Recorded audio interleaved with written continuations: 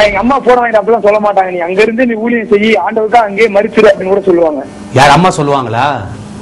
ஆமாங்கண்ணே. ஊழியம் செஞ்சு அங்கே மறிச்சிருன்றுவாங்க. ஆமாங்க. எப்படிப்பா உங்களால அந்த மாதிரி சொல்ல முடியுது? ஆனா கிறிஸ்துவனுடைய அன்பை உணர்ந்தவர் எல்லாருமே அசால்ட்டா சொல்லிடலாங்க. இந்த சால்வேஷன் டிவில இருந்து 2010ஆம் ஆண்டுக்கான அவார்டை கொடுத்த எல்லாருக்கும் இயேசுவின் நாமத்தில் நன்றி சொல்றேன். நன்றி. God bless you.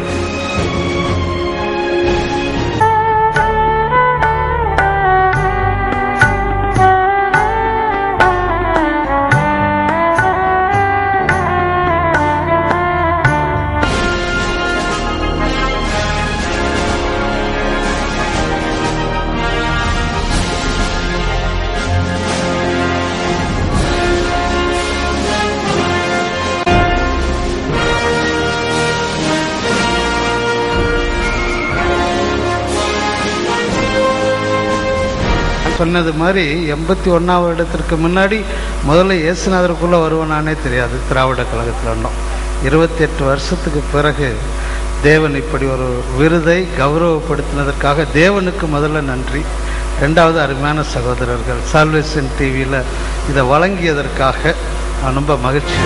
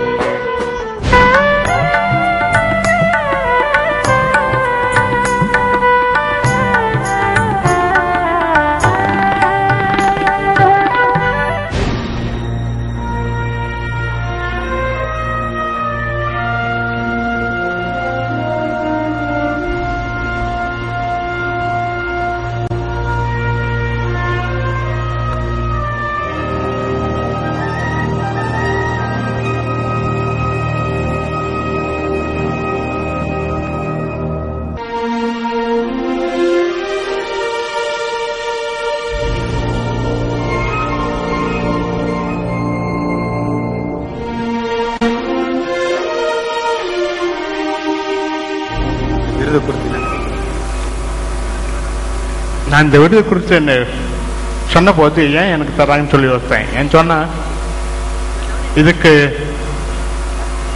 இதோட பெரிய ஒரு விருது இருக்குது, அதுக்கு அடையாளமாக கொடுக்குறாங்களோ அப்படி சொல்லி யோசித்தேன்.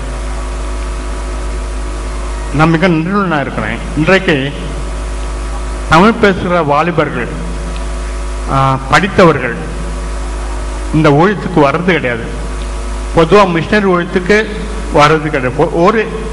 ஒரு எக்ஸாம்பிள், இந்த வருஷம் மிஷனரி ட்ரைனிங் கோர்ஸில் போகும்போது அதில் இருக்கிறவங்கெல்லாம் நார்த் வெஸ்ட் இந்தியன் தான். ஆனால் ஒரே ஒரு தமிழ் பேசுகிறோம் தான். ஜீவதேவன் பின் செல்லுவோ, ஜீவ ஒளிதனை கண்டடைவோ. ஜீவதேவன் பின் செல்லுவோ, ஜீவ ஒளிதனை கண்டடைவோ.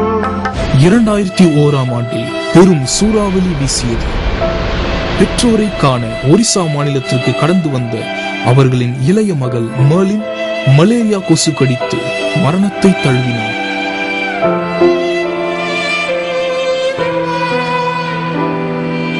இவ்வளவு பிரச்சனைகள், மகளை இழந்திருக்கீங்க, உங்களுக்கு வியாதிகள் ஏற்பட்டிருக்கு.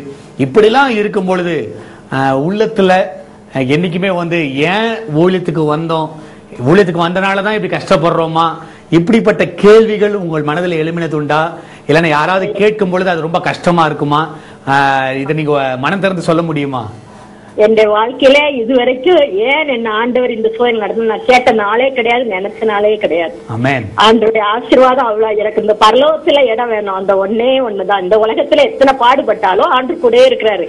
அந்த பரலோகம் நிச்சயம், அந்த பரலோகம் வேணும். அதனால அந்த சிலுவை எடுத்துட்டு போகும் பாதை இடுக்கமான பாதையா இருந்தாலும் பரவாயில்ல, ஆண்டவர் கூடவே வர்றாரு.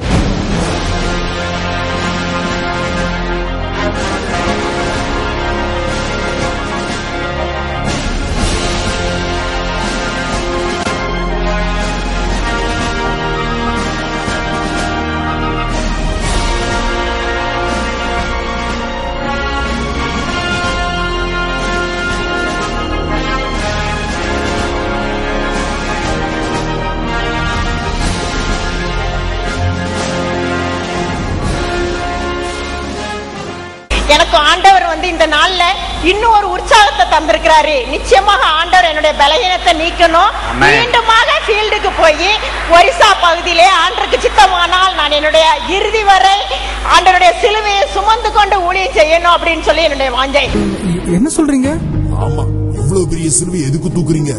சிலுவையை கொஞ்சம் கட் பண்ணிக்கோங்க, எல்லாம் சரியாயிடும். கட் பண்றதா? ஐயோ, அப்படிலாம் பண்ணக்கூடாது. என்னப்பா நீ?